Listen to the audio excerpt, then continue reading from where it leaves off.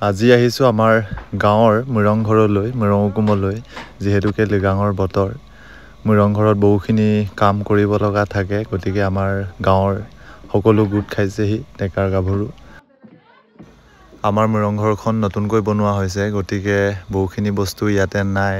সেইকাৰণে আমি আসলতে মিলি ৰাইজে মিলি এইখিনিকে বনাওঁ বুলি গোট খাইছোঁ ছোৱালীকেইজনীয়ে মৰাম লিপিছে আৰু আমাৰ ল'ৰাখিনিয়ে বনাইছে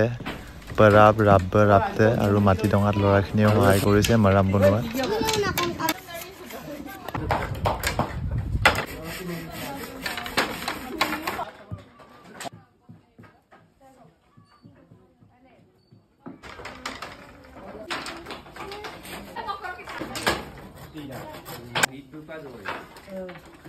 আমাৰ মৰাম হৈ গ'ল